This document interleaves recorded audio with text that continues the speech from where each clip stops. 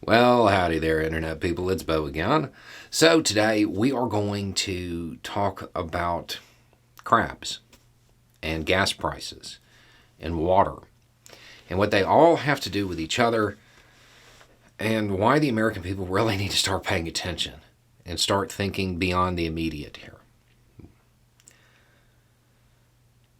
Crabs, water, gas prices. These are all things we've talked about on the channel within the last few days. And they're all connected. You know, people talk about the instability of gas prices and how volatile it is and how hard it makes being a working class American.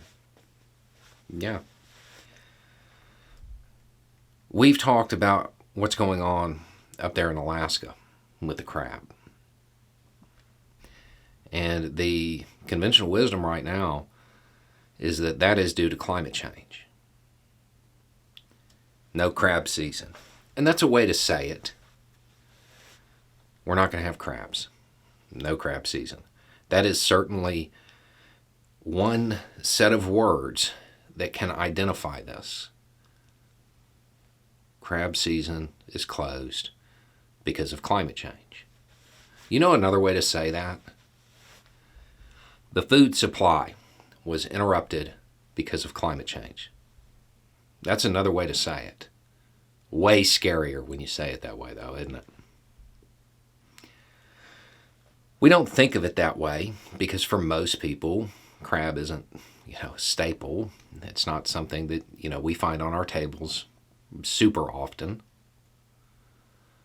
But it is, in fact, food. And it is being interrupted because of the climate.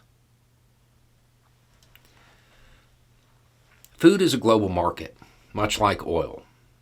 The reason oil is so volatile, the reason gas prices go up and down so much, is because there's a daily price based on supply. What are we going to do when food is in that same situation? There are a lot of people who are so ingrained in yesterday and silly sayings that came from their dad in the 80s that they're missing the big picture. If we don't transition quickly, these problems are going to get worse. They're going to get worse anyway, but they're going to become unmanageable if we don't transition quickly. And your concern that you face with gas prices and the price changing every week, every day, you're going to have that with basic foodstuffs.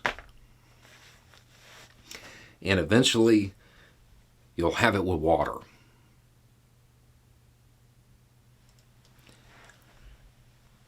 I'm one of those people who's pretty optimistic about this. I think we can change, and I think we can mitigate a whole lot of it. But we have to start. Every time there's an actual push to really fund transitioning, making this country more secure, people in our government beholden to big oil, they try to stop it.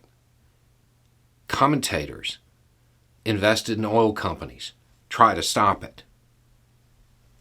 They feed that rhetoric. And they convince people that it's not in their best interest. Understand this, if you have ever complained about the price of gas, transitioning away from gas is in your best interest. Because the longer we continue to use it, the more volatile that market's going to become.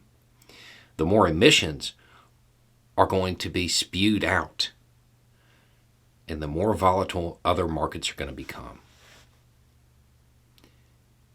You can sit there and let these people in D.C., who undoubtedly have their plans together, tell you in Texas that you don't need to worry about it. But long before America became so polarized that nobody listened to the other side, there was one common thing that pretty much every American believed, and that's that politicians would lie to you.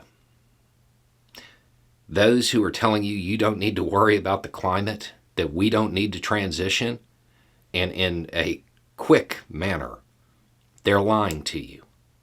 They don't care about you. You're going to be the one who pays the price for it, or your kids. Anyway, it's just a thought. Y'all have a good day.